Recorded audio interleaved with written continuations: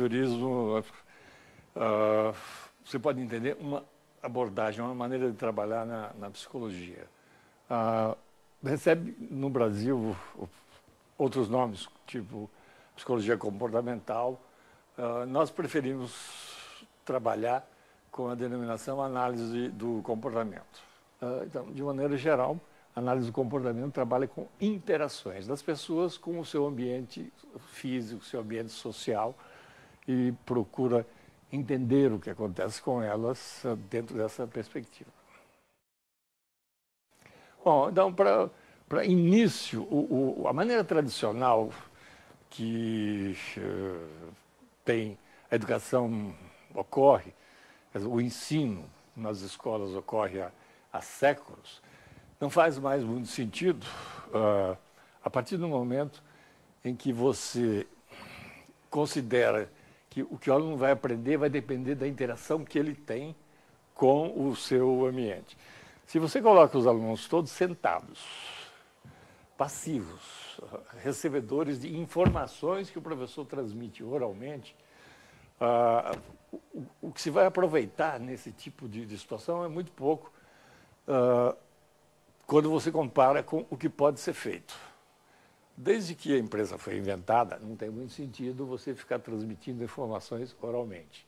Então, se a informação pode ser colocada em termos de palavras escritas, se privilegia esse tipo de coisa. Você pode gravar em vídeo o tipo de ação que ele deve fazer, de tal maneira que quando ele chega no laboratório, ele já tem uma ideia muito boa daquilo que ele vai fazer. E o importante é que ele seja ativo em todo esse processo. O professor funciona muito mais como um gerente de um sistema, né, de aprendizagem do que como alguém que oralmente transmite informações. Aqui no IESB nós temos uma situação muito interessante, porque nós utilizamos o sistema personalizado de ensino em disciplinas desde o primeiro semestre. Então, o aluno que vem do ensino médio e que está acostumado com essa situação de ficar sentado lá no fundo da sala e anotando tudo que o professor diz, ou não prestando atenção porque está tudo no livro, quando ele chega aqui e recebe, por curso de História, o primeiro conjunto de instruções, muita gente leva um choque, porque ele está com 18 anos, nem os pais dele, nem os professores, ninguém ensinou ele a ler instruções e seguir instruções. Brasileiro, de maneira geral, não sabe seguir instruções. O aluno chega na universidade, 18 anos, você dá uma lista de instruções sobre como funciona o sistema personalizado de ensino e como é que essa disciplina de história vai acontecer. Muita gente tem dificuldades aí. Então, ele já começa a ser ajudado a entender o que está por escrito, perguntando para o professor, né? Então, a quantidade de alunos que aprende a ler, que aprende a estudar, porque pela primeira vez se exige que ele seja ativo no processo, é fantástico, é muito grande.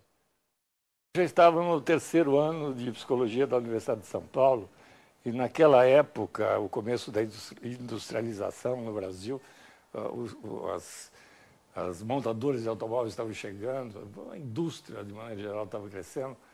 E, na verdade, quando você estava no segundo ano da universidade, esse pessoal já vinha buscar os alunos na própria universidade. Se você soubesse ler inglês, por exemplo, caía do céu para eles. Então, a essa altura, eu já estava encaminhado na área mais de administração de recursos humanos. Eu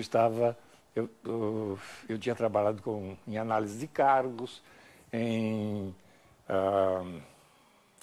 plano de cargos e salários, pesquisa de salários, e eu estava, naquele momento, encarregado de fazer o plano de cargos para os funcionários administrativos da General Electric no Brasil, para 3 fábricas, de Santo André, do Rio e de Campinas.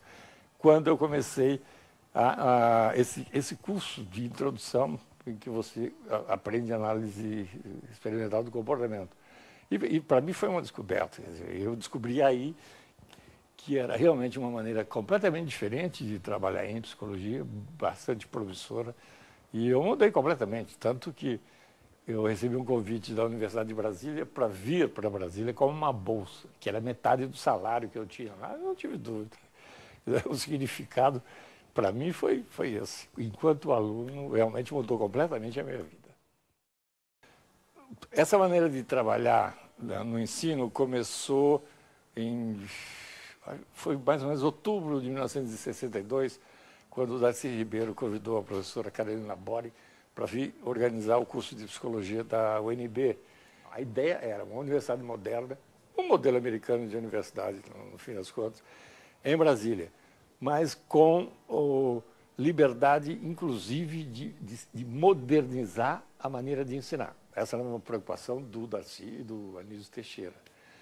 E a partir desse desafio é que se pensou no sistema personalizado de ensino.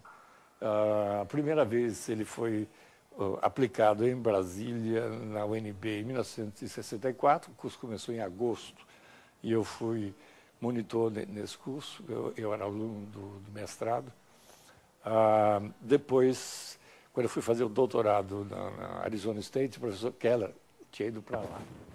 E eu fui assistente dele na introdução do método na Arizona State. De lá para cá, o método foi utilizado no mundo inteiro, em todo quanto é disciplina que você possa imaginar, desde apreciação musical, filosofia, matemática, qualquer coisa, literatura. Então, esse caráter experimental faz com que a cada semestre você tenha informações.